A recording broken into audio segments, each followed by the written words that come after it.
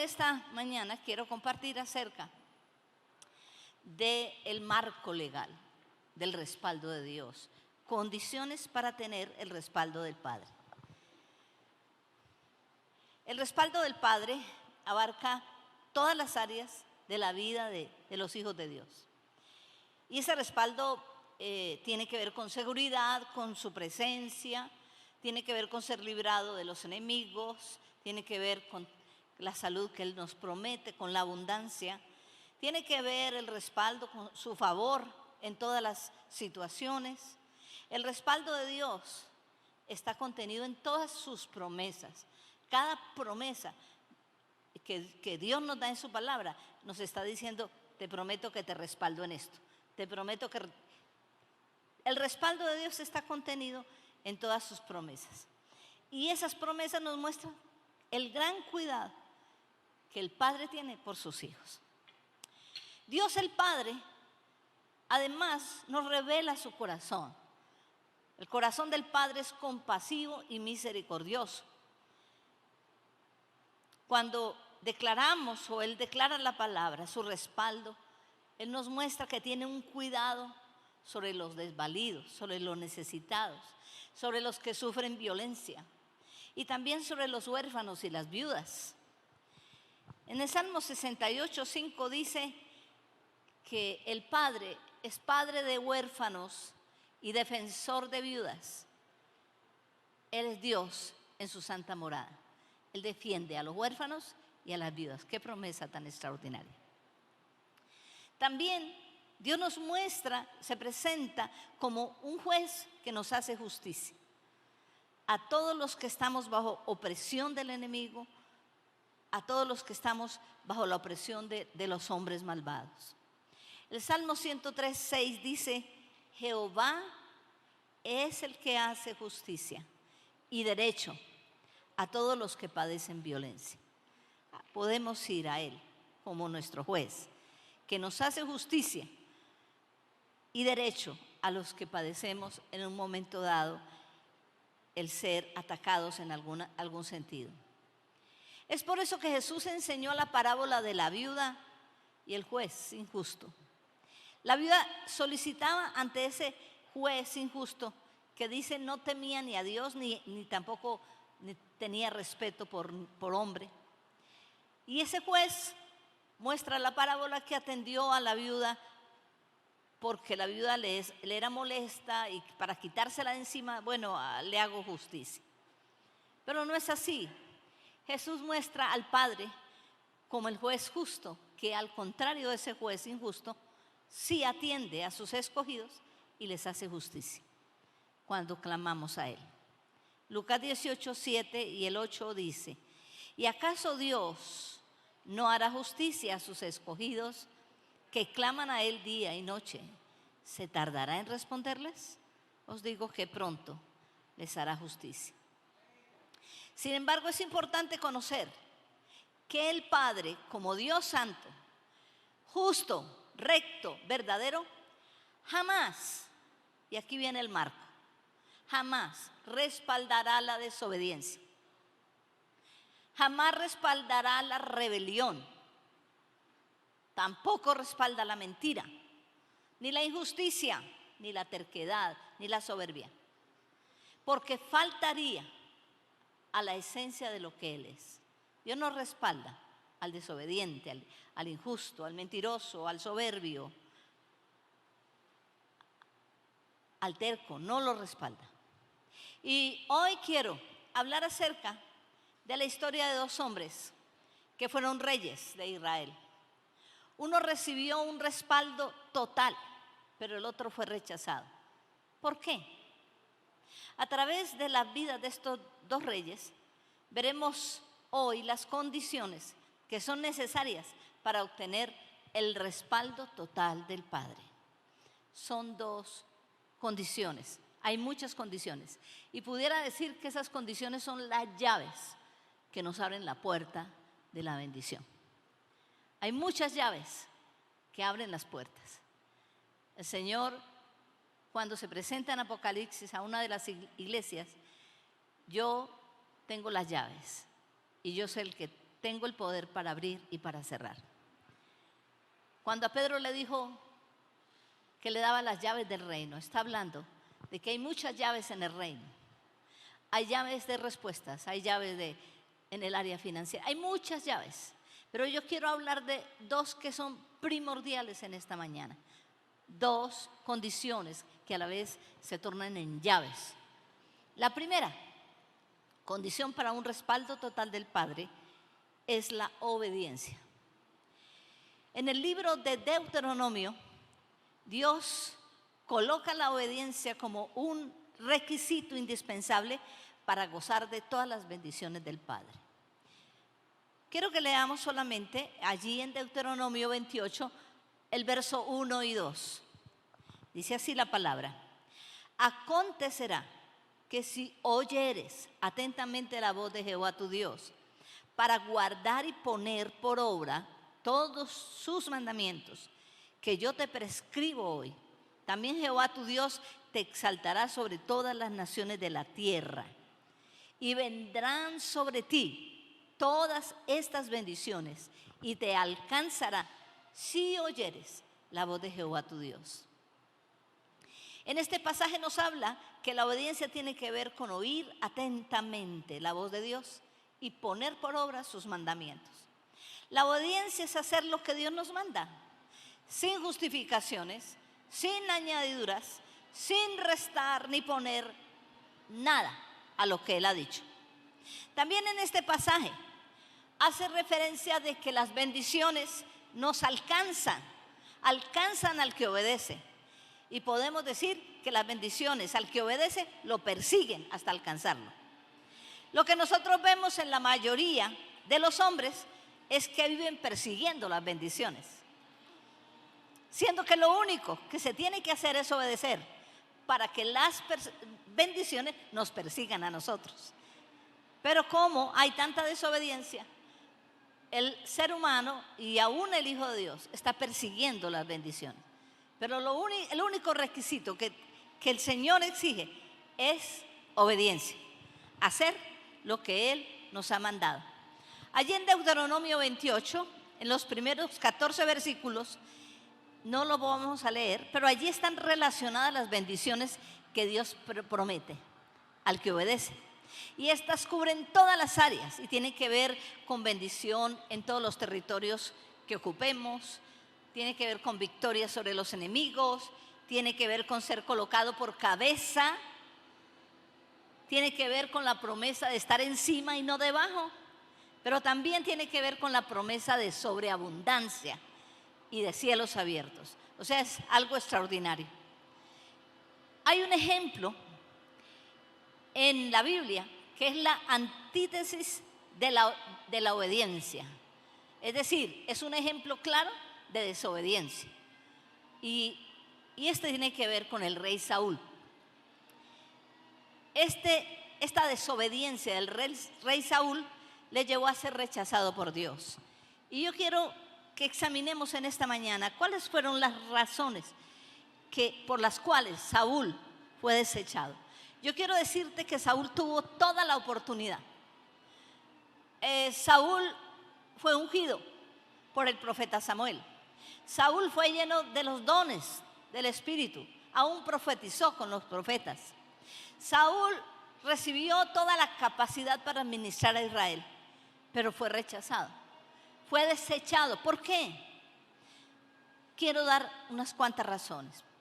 Primero, Saúl se complació a sí mismo y no complació a Dios. En 1 Samuel 15, 17 al 19, nos muestra la queja de Dios contra Saúl.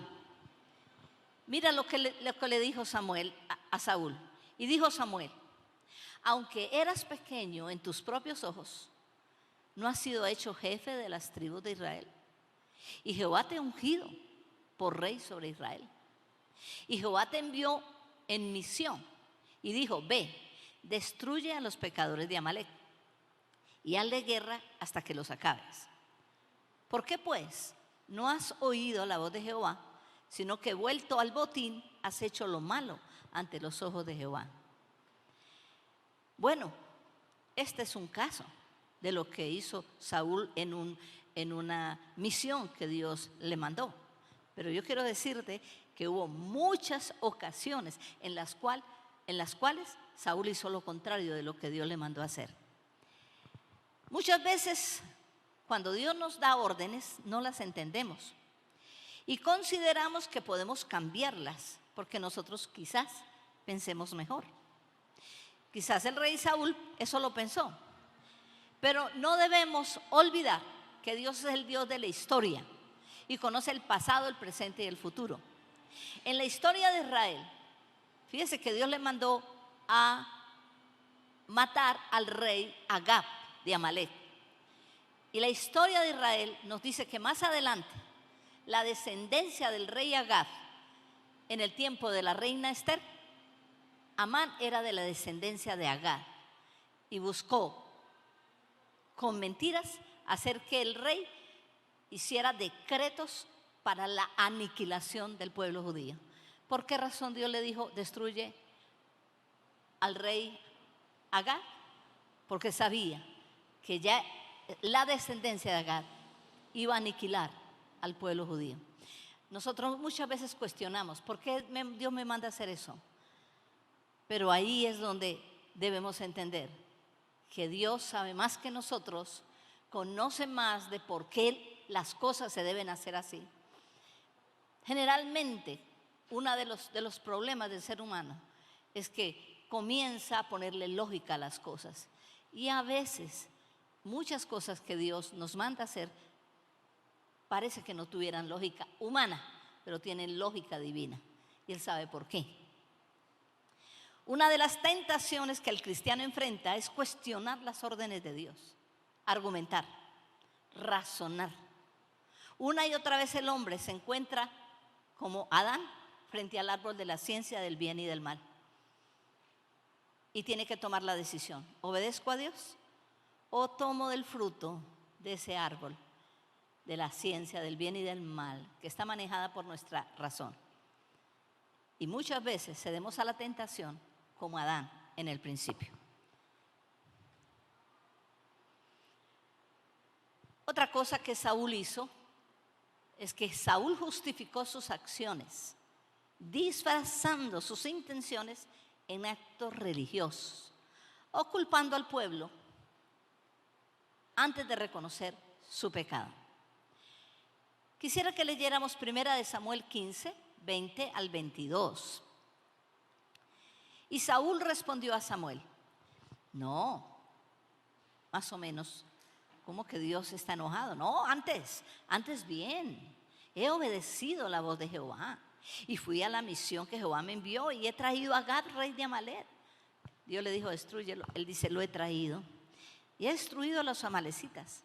Mas el pueblo tomó el botín, las ovejas y las vacas. Dios dijo, no lo tome.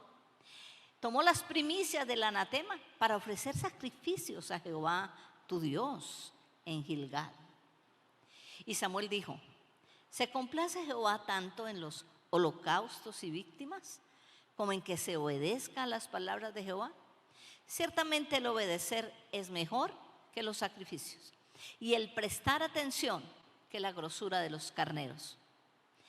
Decir el botín, o lo que dijo Saúl, el botín que reservé es para ofrecer un sacrificio a Dios. Es un disfraz religioso. Es un disfraz religioso. Más o menos es como decirle al Señor, uy, yo hice este negocio con la persona incorrecta, es un negocio turbio, pero tranquilo, Señor, yo te traigo el diezmo. Es más o menos igual, ¿no? No importa. Yo lo hice con una mentira, yo a través de ese negocio hice cosas indebidas, pero como yo te traigo el diezmo, entonces con eso cubro mi pecado. Más o menos eso fue lo que hizo Saúl.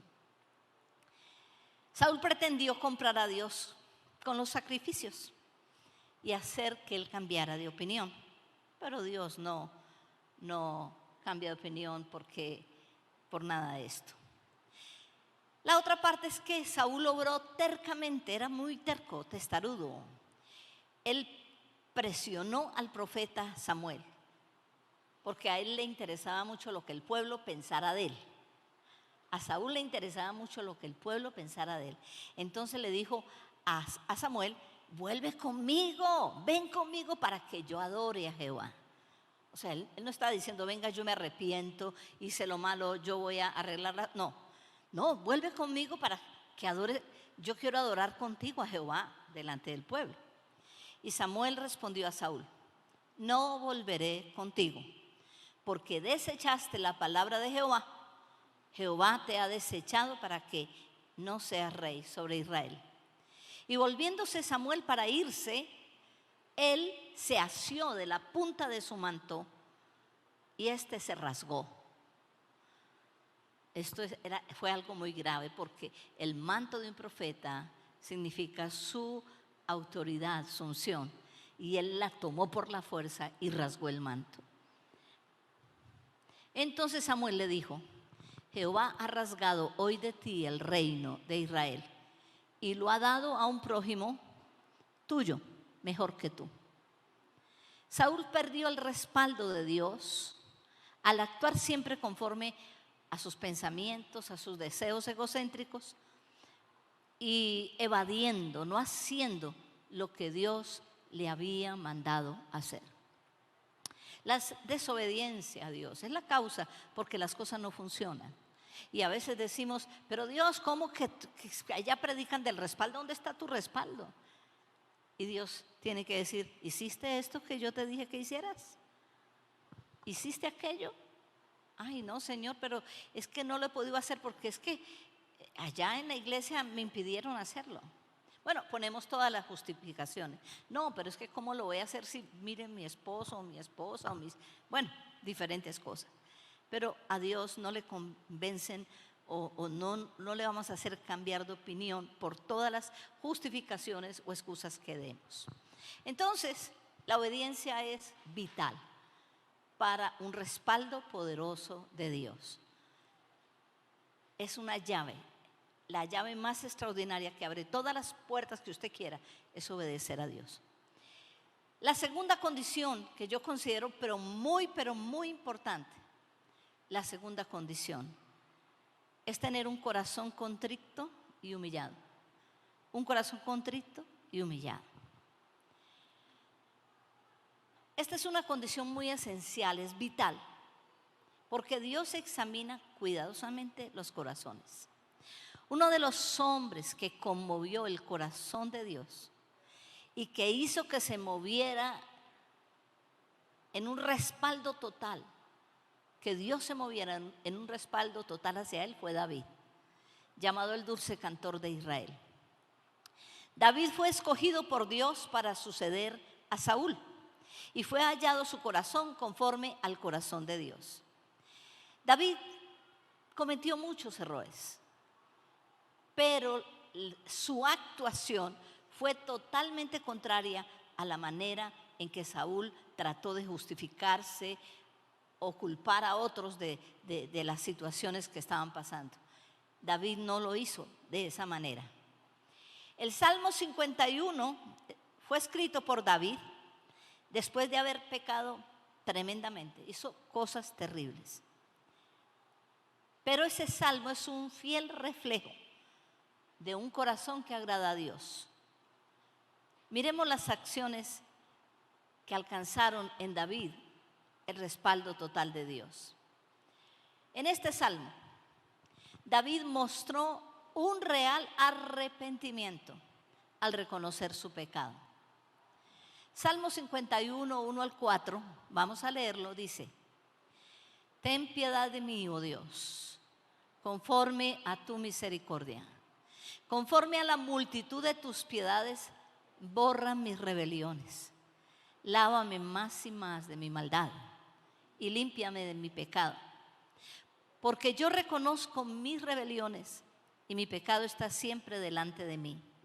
Contra ti solo he pecado y he hecho lo malo delante de tus ojos. Una palabra aquí importante es reconozco. ¿Qué significa? David le estaba diciendo: yo soy consciente, Dios, y me pongo de acuerdo contigo, que solo contra ti contra ti yo he pecado. Este primer paso de reconocer llevó al siguiente paso. David pidió ser lavado, limpiado de su maldad. Otra cosa muy importante de David. David entendió y conoció lo que satisfacía el corazón de Dios. Muy contrario de lo de Saúl. Saúl simplemente quería satisfacer su corazón. Pero David no. David conoció lo que satisfacía el corazón de Dios. En Salmo 51, allí en el verso 6, y luego saltamos al 16 y al 17, dice así: He aquí, tú amas la verdad en lo íntimo, y en lo secreto me has hecho comprender sabiduría, porque no quieres sacrificio, que yo lo daría, no quieres holocausto. Los sacrificios de Dios son el espíritu quebrantado. Al corazón contrito y humillado no despreciarás tú, oh Dios. En esta porción yo encuentro tres cosas que David conoció acerca del corazón de Dios. La primera cosa es: Señor, yo sé que tú amas la verdad en lo íntimo. ¿Qué quiere decir? Que Él no ama la verdad que expresamos públicamente para decir, mire, yo tengo la razón, o yo siempre soy verdadero. A Dios no le interesa eso. Él ama la verdad íntima, la verdadera, la del corazón, porque Él conoce muy bien nuestras intenciones y nuestro corazón. La segunda cosa en esta porción que yo veo en David es que él entendió que a Dios no le importan los sacrificios que se usen para mostrar cierta espiritualidad. Él entendió que lo que Dios quiere es el espíritu quebrantado, humilde, desprovisto de argumentos, razonamientos y vanagloria. Y es bien difícil, porque los seres humanos, una de las cosas tremendas que hizo el pecado en el hombre fue entrar el orgullo, fue entrar la soberbia. ¿Sabe? Este fue el pecado de Satanás. Así que por eso es que Dios busca un corazón quebrantado, humilde, desprovisto de argumentos, razonamientos y vanagloria. La tercera cosa que yo veo es que David entendió que jamás Dios desprecia al corazón contrito y humillado. Es decir, que esta es una condición para mover la mano de Dios a nuestro favor. Aprende a humillarte en la presencia del Señor. No digas por qué o para qué. Aprendamos a humillarnos en la presencia del Señor, porque la humillación y el quebrantamiento es lo que mueve la mano de Dios en un respaldo a nosotros. Amén. Pero también David sabía los resultados que traían un corazón limpio. Y a veces lo que pasó, por ejemplo, con Saúl, es que a él no le importó el corazón limpio. Él quería resultados manipulados por él, resultados haciendo cosas torcidas a su amaño. Y él dijo, me salgo con la mía. Y Dios no se va a dar cuenta. Yo le doy tantos sacrificios, hago tantas cosas y Él no se va a dar cuenta. Pero Dios entendió lo que había en el corazón de este hombre. Sí, yo podría decir acerca de Saúl muchas cosas, pero el tiempo es breve. Pero David sí conocía los resultados de un corazón limpio. Por eso para él fue muy importante esto. Salmo 51, allí, verso 10 al 13, David dijo, crea en mí, oh Dios, un corazón limpio. Renueva un espíritu recto dentro de mí. No me eches de delante de ti. No quites de mí tu Santo Espíritu y vuélveme el gozo de tu salvación y espíritu noble me sustente. Él entendió esto. Y entonces dice en el 13, entonces enseñaré a los transgresores tus caminos y los pecadores se convertirán a ti. Allí en esa porción yo veo 5 cosas que trae un corazón limpio. Un corazón limpio es muy importante, y aún recordemos que cuando el Señor habló de las bienaventuranzas en el Sermón del Monte, Él dijo: bienaventurados los de limpio corazón, porque ellos verán a Dios. Cuando uno no limpia el corazón, pues va a haber otra cosa. A veces encuentro hombres fabricando su propio Dios, a su manera, a su imagen, pero ellos no se conforman a la imagen de Dios. 5 cosas trae un corazón limpio. La renovación de un espíritu recto. Un corazón limpio hace que se renueve un espíritu dentro del corazón. Y por eso dice: renueva un espíritu recto dentro de mí. ¿Qué significa un espíritu recto? Un espíritu recto es que no coge atajos. Un espíritu recto es un espíritu sin malicia, desprovisto de dobles intenciones. La otra cosa es que un corazón limpio trae la presencia del Espíritu Santo. David dijo: y no quites de mí tu Santo Espíritu. Cuando pecamos, cuando desobedecemos, cuando somos rebeldes, ¿el Espíritu Santo sigue allí? No, el Espíritu Santo se contrista. El Espíritu Santo se repliega. Cuando tenemos un corazón limpio, entonces el Espíritu Santo puede tomar control del corazón, reinar sobre nuestro corazón, dirigirnos y manifestar su fruto en nuestras vidas. Un corazón limpio trae un espíritu recto, pero hace que la presencia del Espíritu Santo sea real en el creyente. Pero un corazón limpio hace que el gozo del Señor vuelva. Dice: vuélveme el gozo de tu salvación. Cuando se peca, cuando se desobedece, cuando se está en rebelión, se pierde el gozo. Entonces estamos frustrados, estamos enojados, estamos malgeniados, estamos tristes, atribulados, y perdemos el gozo del Señor. Pero el gozo del Señor, cuando lo perdemos, entonces viene debilidad, viene desaliento, viene como que yo no encuentro propósito a la vida.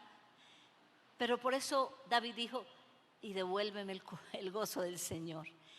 Porque el gozo del Señor trae fuerza, trae motivación de hacer, de trabajar, de servir. Porque el gozo del Señor nos fortalece, trae fuerza, trae vigor, trae aliento y trae salud también. Porque el alma entristecida trae la enfermedad, pero el alma que está llena del gozo y de la presencia de Dios, viene la salud a ella, a esa vida. Entonces, un corazón limpio hace que el gozo del Señor vuelva a la vida, trayendo fuerza, trayendo fortaleza. Pero también un corazón limpio trae la manifestación de un espíritu noble. Él dice: y espíritu noble me sustente. Espíritu noble, ¿qué es un espíritu noble? Un espíritu noble es un espíritu generoso. Un espíritu noble es un espíritu agradecido. Un espíritu noble está libre de egocentrismo. Un espíritu noble no es agresivo, ni mucho menos despreciativo. Un espíritu noble es un espíritu generoso, amigable, sincero. Este es un resultado de un corazón limpio. Pero ¿cuál es la quinta cosa que trae un corazón limpio? Bueno, un corazón limpio hace que los pecadores se conviertan al Señor. ¿Cómo así? Bueno, ¿por qué se convierten los pecadores al Señor?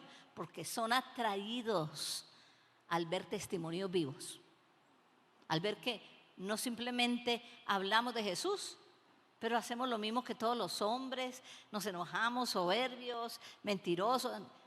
Eso no convence a nadie. Pero los ejemplos vivos, los testimonios vivos de Cristo viviendo, de un corazón limpio, dice, hará que los pecadores se convierten al Señor. porque dice, lo que éste vive es real. No es una pantalla, no es mentira. Porque es que muchas veces, ¿por qué la gente abandona las iglesias? Algunos pues porque quiere, pero otros es porque dicen, yo no veo diferencia, es lo mismo. No ven diferencia. Y realmente nosotros debemos marcar diferencia. Y la diferencia la hace la obediencia. Y un corazón contrito y humillado. Y dentro de ese corazón contrito y humillado viene un corazón limpio. Y me parece extraordinario el entendimiento de David. Él entendía que el corazón limpio traía un espíritu recto. Hacía que el Espíritu Santo tomara el control de nuevo y llenara su vida. Le hacía volver el gozo del Señor. Y traía un espíritu noble. Entonces, por último, sería un testimonio vivo que haría que los transgresores, los pecadores, se conviertan al Señor. Cosas muy extraordinarias suceden con estas dos cosas. Y quiero decirle, ahí está la diferencia entre estos dos reyes. Saúl fue desechado. Cuando estudiamos la historia de Saúl, vemos que el pueblo estaba cansado porque veía las locuras que cometía. Y el pueblo estaba agobiado mientras Saúl reinó por su egocentrismo, por su desobediencia. Pero David tuvo, y vuelvo y digo, David cometió pecado, pero tuvo una respuesta diferente cuando Dios le llamó a cuentas. Por eso David tuvo el respaldo total de Dios en las reformas que hizo, en llevar el pueblo a la unidad, en darle victoria durante 40 años de reinado. En 40 años de reinado, David nunca perdió una batalla. También el respaldo se vio en la abundancia de bienes, que le permitió que David, cuando ya le entregó el reino a Salomón, le pudo dar todos los recursos para poder construir el templo, porque él tenía abundancia. Y por último, el respaldo de Dios para David fue tan tremendo que postergó su linaje, porque del linaje de David nació el Salvador. Es extraordinario, ¿cierto? Y por eso recuerdo lo que dice en el Salmo, creo que 112 o 127. El hombre que teme a Jehová, su descendencia será poderosa en la tierra. ¡Wow!